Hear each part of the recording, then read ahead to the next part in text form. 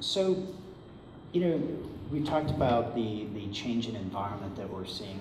What sort of steps are you all taking, and do you think the audience should be thinking about in terms of preparing for exams?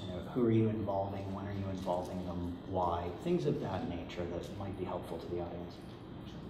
I'll start with one of the key things we're doing is establishing an exam playbook. So we've had policies and procedures related to exams for quite some time. It talks about how we do things related to the exam.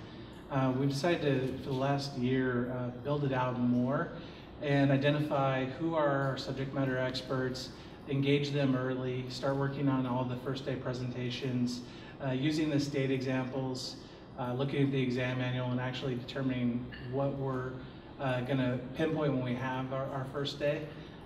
We are also starting to set up our document repositories and using the state exams as preparation. So start bait stamping documents in a manner depending on the questions, creating the SharePoints based on the questions as well, and having a good way to track all the issues. So refining our issues tracking requirements of the logs that we use, make sure that we have all those very honed prior to our actual CFPB exam. We've taken some similar steps that Richard has described, but we've also done some practice interviews and role playing with some of our employees, and we've learned some very interesting things. And I'll give one example. We were doing a practice interview with one of our collections reps, and the question was, tell us about the training that you received. And the person said, training? We don't get any training.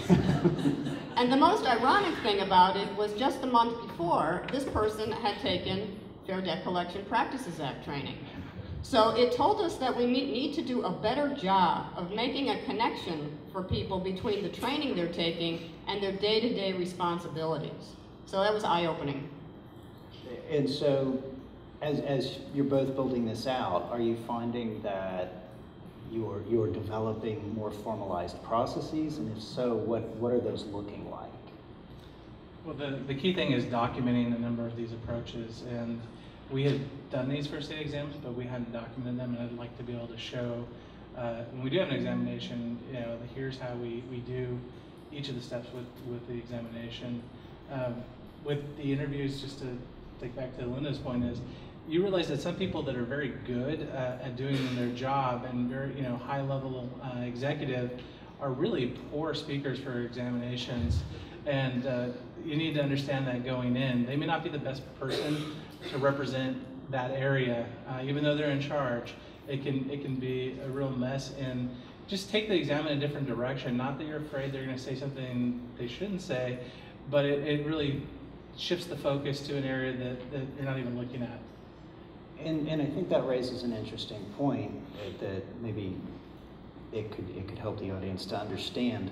When you're preparing for exams, who are you involving? In other words, who are kind of the key stakeholders that you're reaching out to, working with to make sure that they've got an understanding, et cetera? What positions, types of people are you really working with to try and prepare?